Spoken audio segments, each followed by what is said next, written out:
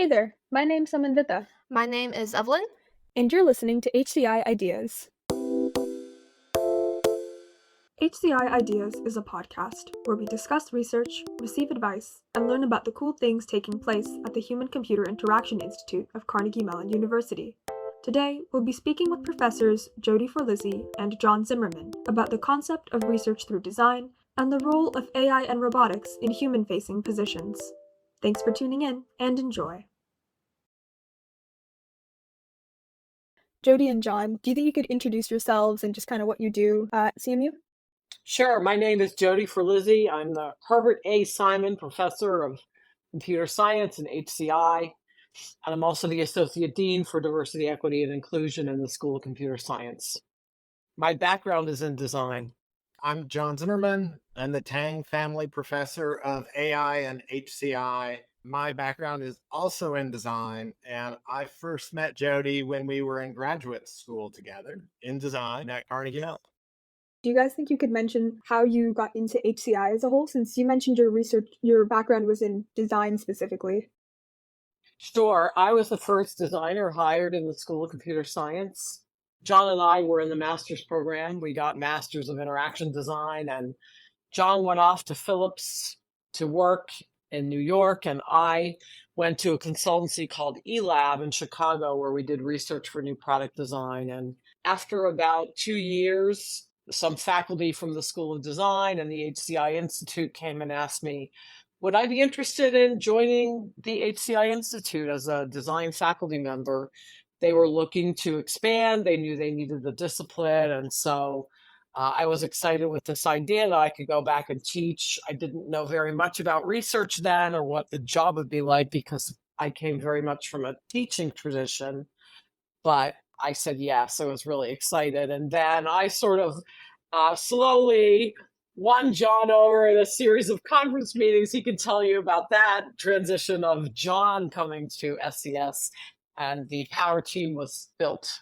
I come from a background in film and television and learned about design like when multimedia started to arise, like a new way of doing storytelling.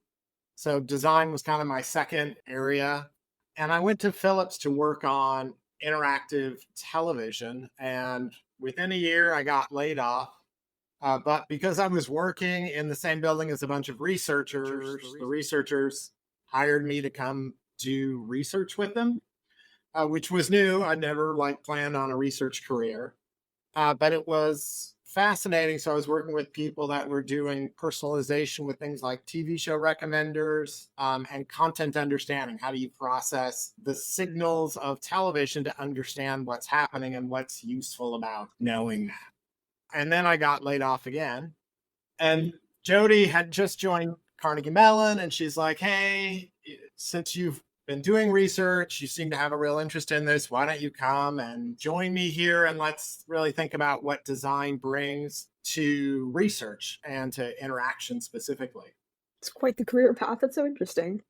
We can jump into talking about the work you guys have done. So I kind of wanted to start talking about your idea of research through design, which I read your 2007 paper on it. So just for anyone in the audience who may be listening, I believe that paper pretty much introduced the approach of research through design into the field of HCI. Could you two just talk a little bit about what research through design is? Sure, I can set the context and John can talk about the formative work that we did. When we started in the School of Computer Science, most people understood design research to be the kind of research that's done when you're developing a product, not something that would be in a research publication or be archival.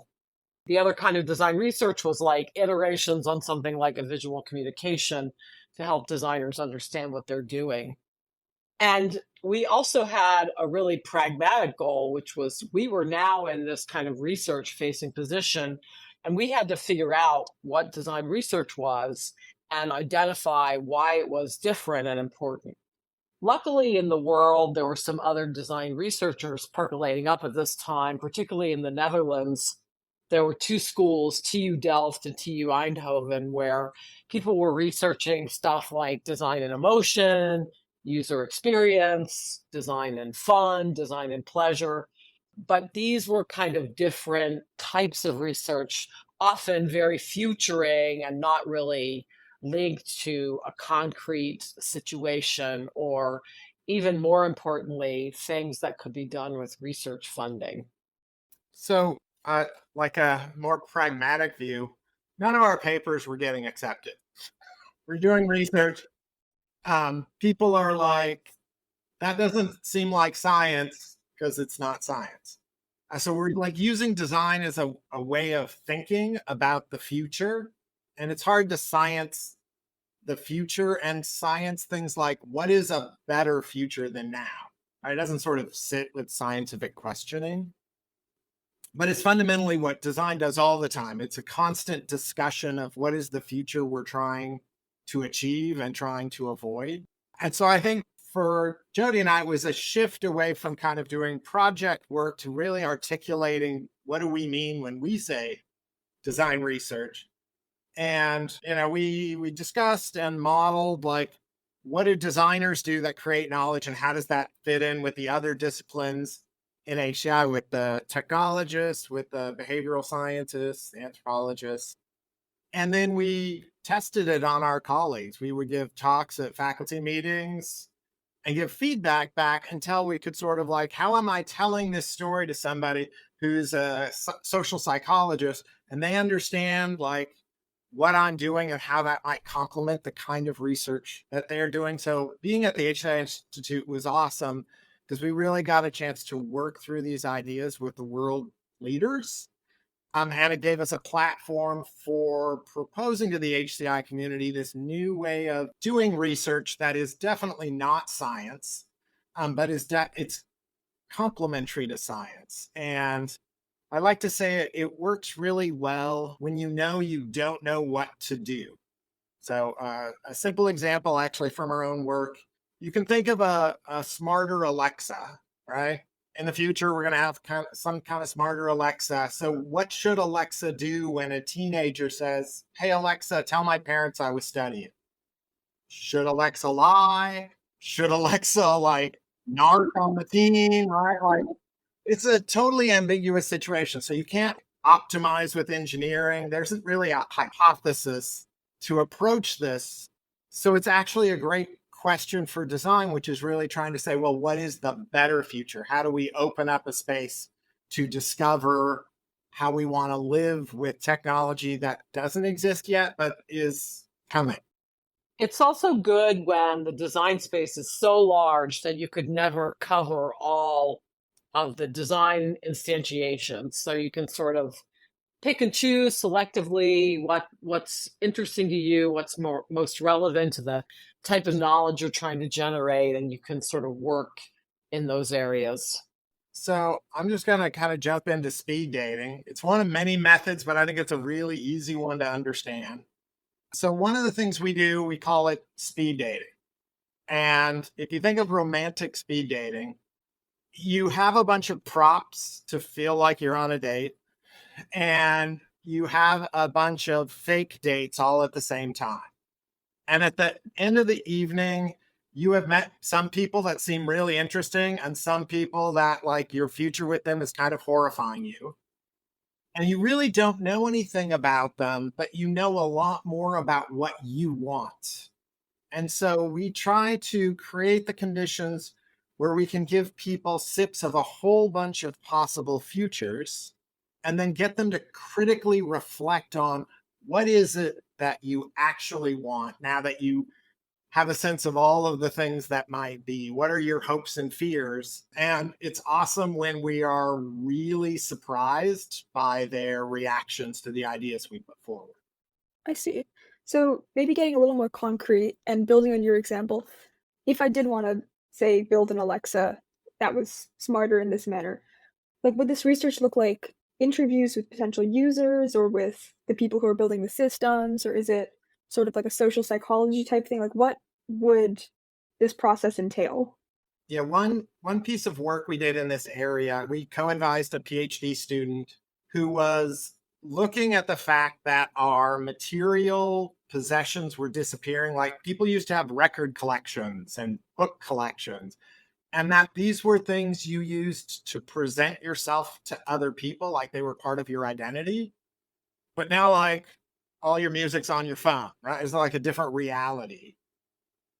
And he was really interested in why our digital collections are worth less than our material collection. And how disturbing is it as we sort of lose our material things? Should we think about making our digital things more valuable? And to explore this, we built this super teenage bedroom of the future. And we simulated like 12 large screen displays. And when the teen would go in, like their digital stuff would come up. And if a friend came over, it showed you stuff that you had in relationship to your friend.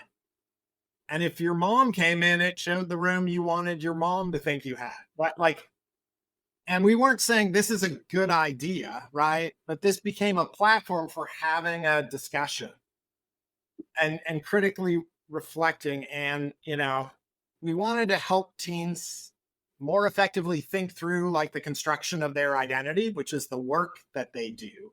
But we don't want to just make them more self-involved and self-indulgent. Like, right? It's not like more is better, right? It's very subtle. It was fascinating and fun and engaging. And actually, this bedroom became kind of a destination. The tours were stopping by. We had to tell the facilities people not to clean it up because it was supposed to be met like a teenager's actual bedroom. That's really interesting because I think coming at this from like a scientific research perspective, I think this is really interesting because scientific research has this big focus on covering all the possible like spaces and making sure that everything's super fair and accounted for. But this is kind of just saying, here's an idea, and then how can we build on that? Well, just to deepen that a little bit, what's behind that is this notion of the designer's judgment, which is what you try to cultivate when you're training a design researcher, which is to say, you use your gut instinct to sort of advance what this concept might be. You're not just picking randomly, but at the same time, each designer who works on this problem might choose something a little bit different. And I think like some of the observations out of our virtual possessions work, like one was virtual possessions are spaceless. They don't take up physical space, which that gives them great utility, right? I can just keep collecting things and I might have to have more disk space or more cloud space, but they're not crowding my physical environment. And that makes them immediately useful and very useful for like when you have to move, right? They just go with you effortlessly. But with your material possessions, you spend a lot of time curating. Like, oh, in order to get this new couch, I'm going to have to get rid of some furniture. So what do I really care about? And so like if you think when someone passes away, they'll have a collection of physical letters and every physical letter they kept matters. But they also have 25 years of email. And most of that is junk, right? It's like your collection no longer reflects your values of who you are and who you are trying to become. And so our work sort of surfaced those insights that then become starting places for asking scientific questions. But science in and of itself doesn't necessarily surface it. And we knew like there was a lot of theory on why people value their material things. And we noticed that theory doesn't predict people's behavior with their digital things. So we kind of stir the pot and look for little islands to emerge. We call this nascent theory, where now we think we're seeing a phenomena worthy of a deeper level investigation. And then that for us is like a handoff point to other disciplines. That's very cool, actually. I just want to kind of get a sense of what the field looked like as you were developing these new methods. Was it sort of like researchers were already using these techniques and you just sort of formalized them and broadened them, or was this something pretty much brand new? No, not at all. It was brand new. And recall that, as John said, our papers were getting accepted. So we were really trying to put a stake in the ground around this type of work. And even the 2007 paper that you referenced, HCII, They used to have the committee meeting with like a physical board with post-its, and they would put up the numbers of accepted and rejected papers, and our paper was on, it was off, it was on, it was off, it was on, and finally it got accepted because the work was so novel, and CMU HCII was one of the only places doing it. We were really setting the stage for design research. And, we're so proud to say that today there are whole conferences dedicated to design research, and Kai alone has two very large design research subcommittees. So it's really taken storm. Very cool. I think I read in that paper you mentioned that perhaps design research is becoming more and more relevant in the modern day as people started using technology more interactively in their everyday lives as opposed to just as a tool. Like, would you still agree with that, that the shift in how people use technology is changing how you needed to approach research?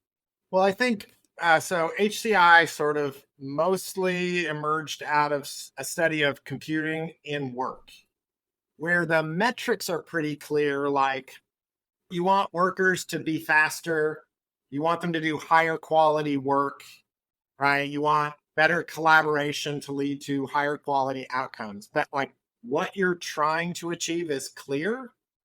But when you look at things like domestic technology, it's less clear what success is. So we had done some work on smart homes, and a lot of that work was really focused on giving users control.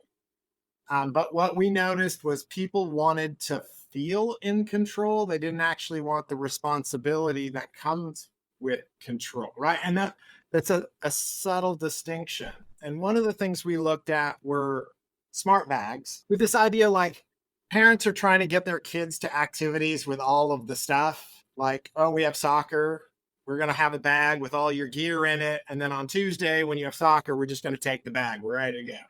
And the kids would take stuff out of the bags, like they'd take their shin guards out and have battles with their siblings. And then the shin guards are who knows where. And the parents always felt like they were terrible parents when they were the parents at soccer with the kid that didn't have shin guards, right? Like it hurt their identity and their sense of self. So we were like, going to solve this with a bag that could sense what it needed and when the events were. And we tested this with parents.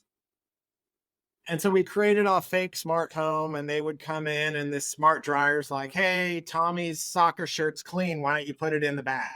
And what was fascinating for us was almost every parent we showed this to said, why are you telling me? Why aren't you telling my kid? But we had never been in a home where the kids packed the bags, right? The parents always packed the bags because it was about the parents not looking like an idiot at soccer. And as we sort of tried to unpack this with the parents, what they shared was, oh, getting to soccer with all the stuff isn't actually what I want. What I really want is to raise responsible kids. Can you make me a smart home that helps me raise responsible kids? And, it's so obvious. That is such a beautiful vision of what smart homes should be. But it was not a vision of smart homes anyone was working on, right? Like in hindsight, it's like, of course we should make smart homes like that. That's obviously what parents are after. But I think as technologists, we can get very fixated on like task completion, these utility measures, and not really think about the identity aspects. Like, does this make me feel like I'm a good person? And that those are often the much more meaningful and valuable things that technology can do for people. This research that you're doing as a whole seems to be very like visionary and just kind of like trying to identify what future technology should be like to best help the people in the way that they want it. But do you have any thoughts on how we can bridge the gap between this just being like a research paper in the realm of academia to maybe it being implemented in industry eventually? Like, what does that transition look like? Well, there are a number of ways that you can take the outputs of research through design and use it in a product development team or an interdisciplinary team. I think the exciting and fun examples we're talking about are really future and visionary, but one of the outputs of design research can be prototypes or technical opportunities. How do we design a robot to recover after breakdown? It can expose gaps where we need to learn more about users or customers or theories of behavior. And it can identify new situations for technology to be used. So going back to the teen bedroom, one of the things we found was that there was a lot of difference between people who were teens and people who were in their early 20s who had moved on to their first place. Their rooms looked entirely different because they were largely in transition. Things never came out of moving boxes. So yes, they needed virtual possessions, but their use of them was much more different. So this kind of revealed a gap where there might be a new situation to investigate the use of digital things for different generations. So there are more practical aspects of this that can be lifted out and shared by groups. And I would say today, tell me if you agree, John, the storyboard scenario, which is a form of speed dating, is really, really common because you can quickly test out an idea, sketching with narrative, like John talked about, and getting a sense for what's the uptake of this future that we don't yet know about. Yeah, I would add, I think Jodi's doing this amazing work right now. So I'm going to just talk about your project. It's so cool. So she's been looking at hospitality workers who do room cleaning and like IoT technology that monitors them and optimization systems that are telling them which room to clean next, right? And the sort of dehumanization of that. And then you have unions and they're fighting with management. And it's getting really complicated because technology is leaning in. And that, again, it's like a messy space. And so Jodi's like part-time now at CMU, so she can really work with the AFL-CIO to think through what are the implications of this technology? How is that changing the future of work? And how might unions rethink what their strategies are for workers to protect the sort of the humanity of the work that they do, but also like get managers to have realistic expectations of how this type of technology should be used, like when you're moving it more from like database efficiency to people, right? How do you humanize that process? It's such cool work. Sounds really interesting. I read one of the papers about that topic, and also I think you guys did some work with introducing robots in a medical setting in a hospital. Kind of building on my last question, reading those papers makes it seem like very clear that, okay, this is maybe how robots should be used and this is how we should think about introducing them. But then thinking maybe 10 years down the line, when we actually have the technology and the capability to implement such a system, it just seems like by then the industry or the field will have expanded to the point where it's really hard to maybe implement these specific results. Well, I think your view of it is kind of in a tunneling mechanism. Yes, the design space is really dynamic. Recall that we said it's inordinately large. It's too complex to examine instance after instance.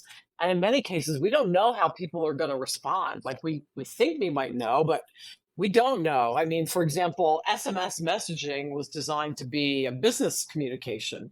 Nobody knew that people were going to take it up socially. So, this kind of methodology can be used in small iterations in iterative fashion to constantly tune what's happening. And in fact, when you surface the voice of all the stakeholders, then you know how to best design the technology. So as John talked about this union work, the union is really excited about it. But, John and I would say, this is what we're always doing. It's surfacing the voice of the stakeholders and users around the technology. So we sort of stick to our core methodology, knowing that there are always things that we can't control. That's what Herb Simon called wicked problems. There's no one solution. There's no way to reduce it to sub-problems.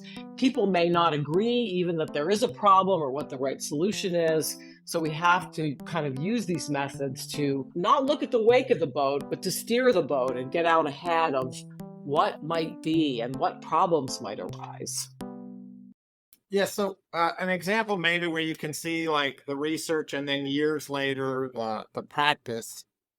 In some work that I did at Philips, we were, making a system that tried to understand television by reading closed captions and looking at the signals, audio signals, video signal. So we would do things like we would cut up the news, right? Like, here's the latest weather clip, here's this, and let people directly, we could kind of create a personalized news stream for you over the day. And this was like 1999. This is a long time ago. And we were thinking of personalizing media content in little chunks. And that idea got purchased from Philips by Meta. And social media fundamentally, like, they're doing it with very different content, right? Like, it's not like, oh, we had this vision of social media. We had no idea what we were doing. We were really thinking about television because that's Phillips's space, but you're actually just generally thinking more like, what is the experience of consuming content? Right. And I don't always want it in like the TV show sized chunk, or like, to some degree, Facebook says, well, why have a whole newspaper? You just want these little pieces, right? And I want to mix a whole bunch of sources together.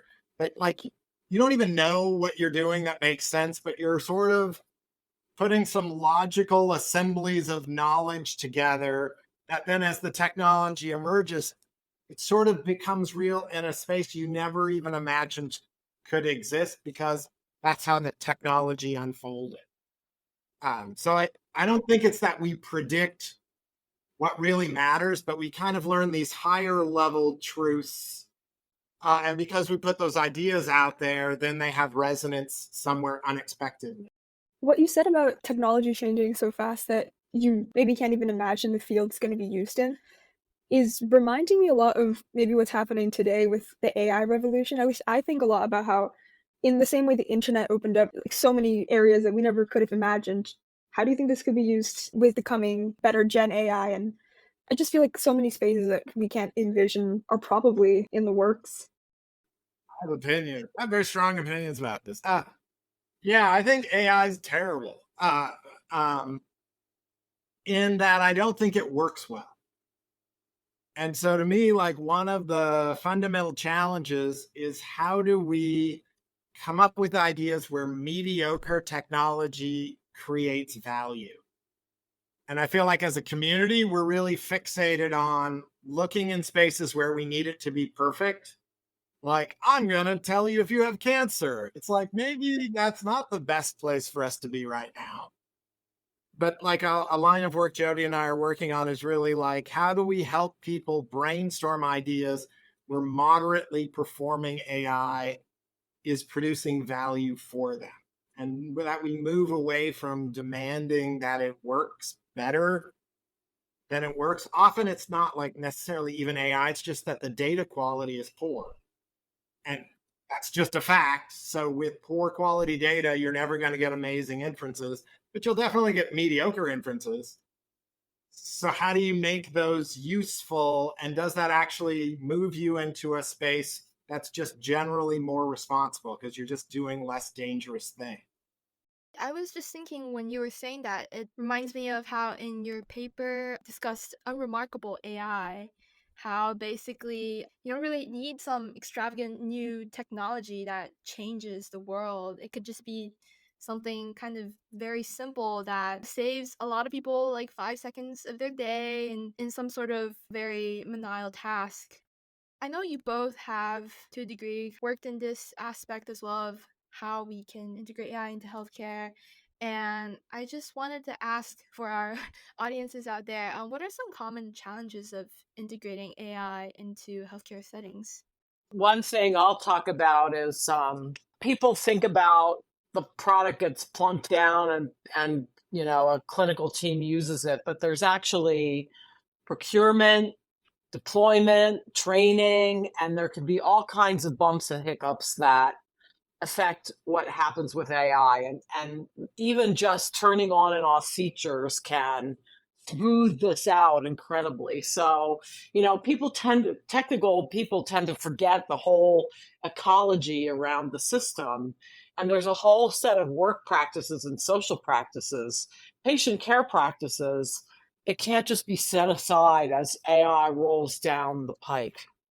Yeah, I think it's a challenging it's a challenging context, and we need to be very sensitive to these highly skilled workers who are the experts, and to the qualities that humans can bring in making that healthcare experience better. I think we need to say not just what things are hard for the clinicians, but where is AI actually good? And it's often not for the things that are hard for clinicians, right? The fact that it's hard for clinicians means you don't have good brand truth because it was hard and people don't agree, right? Like generally those hard parts, but there's a lot of low hanging fruit. So, I'm doing work in the intensive care unit now, like a super critical life and death, high stakes every day. But we're like, AI doesn't work well. How can we use it to make things better? We don't ever want to make it worse. And so, one of the things we are doing, very simple, is grading patients. Like, are you a patient that's reacting in ways that we predict? Or are you an unusual patient, call it uncertain? You seem to react in all of the ways we don't expect. And then we just, patients get classified in two ways, just a simple two-class classifier. And then we propose a schedule where nurses with more experience are assigned to the uncertain patients, and nurses with less experience are assigned to the more certain patients. So it's like everybody's still getting a nurse, right? But can we kind of hyper optimize the human resources? And we're proposing it. Like they can make their own schedule. We're just making a suggestion, right? So I feel like there's lots of opportunities for AI to add these operational efficiencies. And to some degree, a charge nurse could do this, but it would just take an incredible amount of time. But AI can do this generally effortlessly. And by the way, the SEIU, which is the nurses union, they are really fighting against AI. They do not want it in the workplace at all because they feel that it impacts their expertise and their ability to provide care. So, there's a lot of battles in this space beyond the fact, as John pointed out, that AI is really bad. It doesn't do a good job. That makes sense. Then it would appear almost as if the development of AI is as important as researching how the ways of how you can slowly introduce AI, like you said, into the ecology of whatever situation you're working with. My sister is a family doctor as well, and she has to do a lot of notes on patients, Hmm. which takes up a lot of her time. Hmm. She often does this outside of work. Yep. And I know she complains to me a lot, like, I wish I could spend time actually talking to patients instead of doing these things that really AI was made for, which is just, putting down information and kind of all of those tedious tasks. It's pretty cool. Yep, that's a well-trodden area. A lot of clinicians are talking about that. One example I like is self-parking cars, because it's like a ridiculous thing, right? Like there's a very few people in the suburbs who are wealthy who don't want to drive in cities because they have to parallel park. Tiny audience, super high end. It's super hard to make. You have to sense the space. Then you have to tie into the acceleration, braking, steering, and transmission. You have to generate a policy. And then you have to measure achieving the policy. But that first step, like, is this space big enough? Those sensors are on cars now. That feature could be on every car that's sold and it's useful for everybody. But like the mindset with AI is let's make really hard things versus let's make valuable things. And so part of the work we're also doing is like, how do we change the mindset of innovators to really pay much more attention to value than challenge? Do you think this tendency has to do with almost like the psychology of wanting to make things that are eye-catching and that are very much attention-grabbing over the more practical but perhaps like less attention-grabbing mechanisms that we could create, like actually like a lot more effective in changing actual situations in which we use AI. I don't know if attention grabbing is the right metric, but your general sentiment that the wrong criteria are prioritized is correct, I think. I think it makes sense because obviously people are like attracted to flashy and very, new things, novel things, because people are always interested in kind of knowing more about these sorts of technologies. I would actually say like user-centered design is also the problem. And it's weird because it's not obviously coming from user-centered design. But we repeatedly learn what when you do user-centered design, you find the problems that are the hardest for people. But what we have to keep repeatedly learning is those problems are also terrible for AI. And so how do we gain a new sensitivity that's really saying what can AI reasonably do, and then where might that be valuable for this group of people? And so it's forced us to kind of move to a new way of working that's more balanced in terms of technical capability, because you've also predetermined your answer must be AI, right? Because it's AI innovation. So you actually have to work differently. And when you lean in on human-centered design, you really focus on things that are too hard, because those are actually, yes, those things are really hard, but maybe that's not where AI is going to create value. So I know we're running out of time, but I really do just want to touch on this topic because one of my favorite papers I read of yours was the one about re-embodiment and co-embodiment with robots. So a little bit of a hard switch real quick, but I did want to ask. I think you mentioned that paper was very surprising because a lot of people were very comfortable with the idea of re-embodiment or even just like a single like self transferring across bodies, even though that's not a very human trait. Obviously, people can't do that. So I guess I was just wondering, how important do you think it is for a robot or like an autonomous system that people use to be human-like?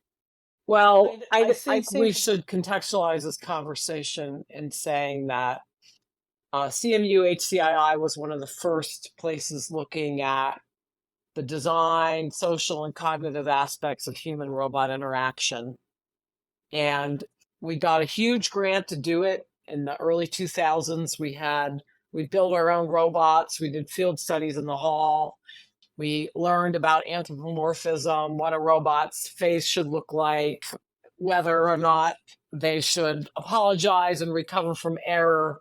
We studied robots in elder homes, industry, parking, driving, a number of contexts. And what I will really say about this work is it's context dependent. It's dependent on what the robot is doing, in what context, and who is using it. And simple design cues like whether a robot has pink lips or gray lips can drastically change what people think it knows. When in one of our studies, when a robot had pink lips, people thought that it knew things that women knew, like dating information. So again, this is a really dynamic space, which is influenced by other social cues, the cues of social interaction, and then what people know or don't know about technology. So now let's complicate that by saying, gee, now we're in this near present universe where agents and robots might move from instantiation to instantiation. Then the space gets really, really complicated. So this is an area that John and I have researched more recently. And I think our work goes both ways. So we've been looking at things like loyalty, customer sense of loyalty. And like if Amazon does great personalization on you and recommends something you really want, you appreciate the utility of the recommendation, but you will happily buy it from someone else that's selling it for less than Amazon, right? You don't feel any guilt.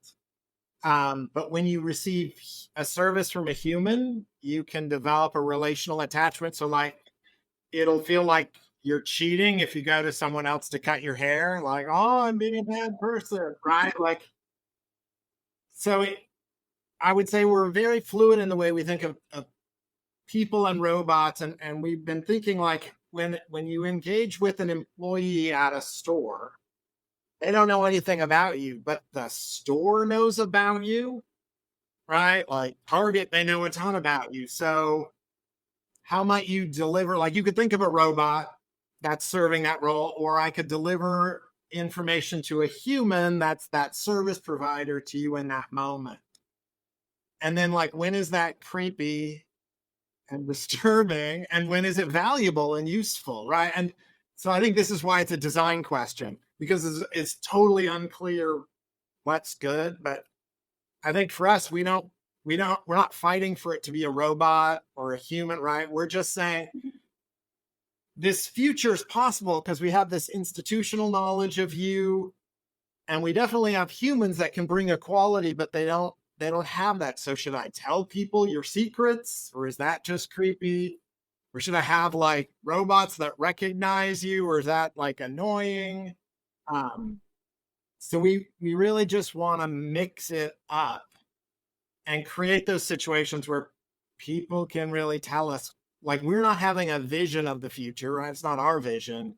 We're creating the resources for people to articulate their own vision. And then we're looking for like, what can we technically actually deliver that's close to that? That's really cool. Okay, just to wrap things up, we just have one last question for the both of you. We had 30 years of HCII so far. So what do you guys think the next 30 years of HCI as a field, or maybe specifically CMU's institute, if you had to take a guess, what do you think it could look like? So I'll jump in first and say, I think the focus on human computer interaction is fading. Like that is kind of a singular focus. I think we're looking more largely as how does technology shape people and groups and society behaviors, and how do we design systems of services and technology that are working together to sort of achieve more harmonious outcomes. But I think it's not just the interaction with computers. We're really thinking on the policy side, what are rules? What are like company level rules, government level rules, to really shape human experience with intentionality. And that interaction was a great starting place, and it will always be a core component, but it's an ever smaller component. And that we can have solutions that don't have computers in them, right? Computers are kind of in everything, so it's like kind of less important, but sometimes paper or a sign, right? We can have solutions. We don't have to fixate on the answer to every question is a computer. I think in addition, we'll see the tasks that HCI researchers and practitioners do continue to evolve, largely because of AI-enabled tools, whether they're good or bad. And I think the result of this will be this trend that John already pointed out, which is that our skills and tasks as practitioners and researchers will broaden, and we'll be more managers and will oversee more aspects of HCI research or HCI product development. Would be a very interesting future. All right, so that's a wrap. Jodi and John, thank you so much for your time today. This was a really interesting conversation. For anybody in the audience who wants to learn more about their work, we've linked several of the papers we mentioned in the description below. Thank you for listening to this episode, and we'll see you next time. HCI Ideas is a podcast celebrating the 30th anniversary of Carnegie Mellon's Human-Computer Interaction Institute. If you've enjoyed this episode, please be sure to follow us and recommend it to your friends. We'd really appreciate it. To learn more about the research done at HCII, our friends have created a website showcasing the papers we talked about today, as well as many more. You can find this at www.hcii30.com. That's 30 with a 30. We just think it's so cool. Thank you for listening to HCI Ideas, and we'll catch you next time.